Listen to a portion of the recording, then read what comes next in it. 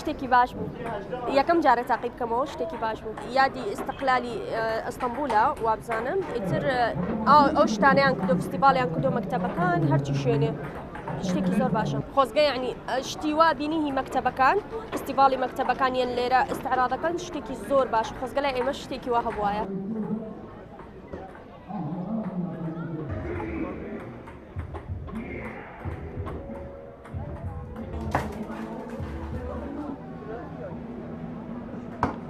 Yalnız okçuluk da güzel bir spor. İlk defa denedim burada. Ankara'ya döndüğümde inşallah bunun kursuna yazılmayı düşünüyorum. Güzel bir spor bence.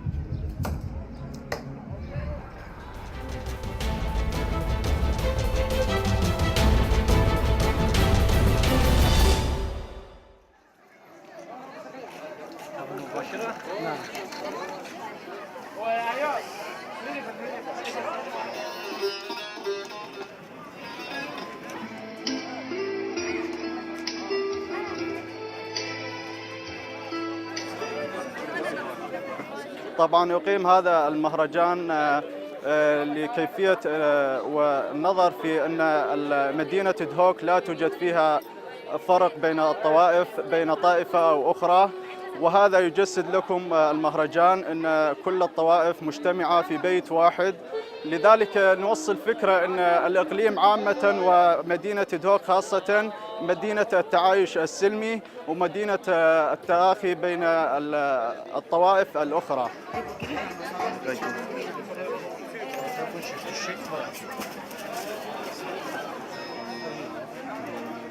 تكفاجيان الدهوك يعني خلق السوريين يزيدين في اللهن يعني خلقوا عالم حمى هاتن كردستاني يعني شبو تعاون هواليوني وقتهم شو مالي شي سر تلفون ام هواليني بهبدور تشتغلين مع جروبي خو تشكن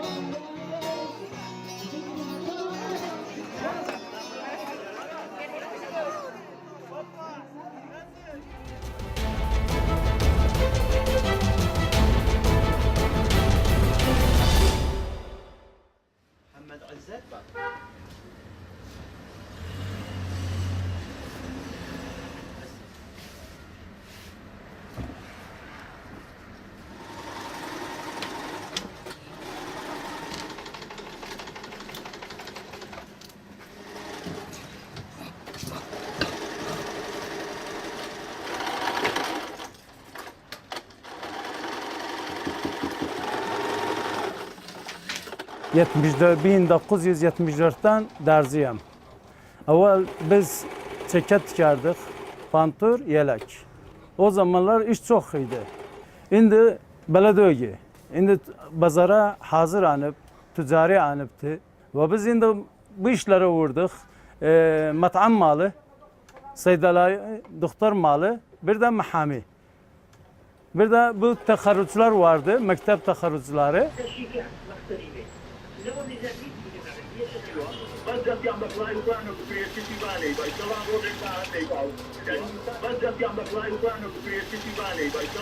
وەکو جاران نییە ئیستاکە بەرەجێژنیان وەکو دوکاندارێکی احتیادی ئیشێک بەسی ئیشێ لەسەر خۆ لەبەرەوەی ئیشەکەیان نێشتوە لە بازار بەبوونی ئەم جلانی وا ئیسترا دەکرێت.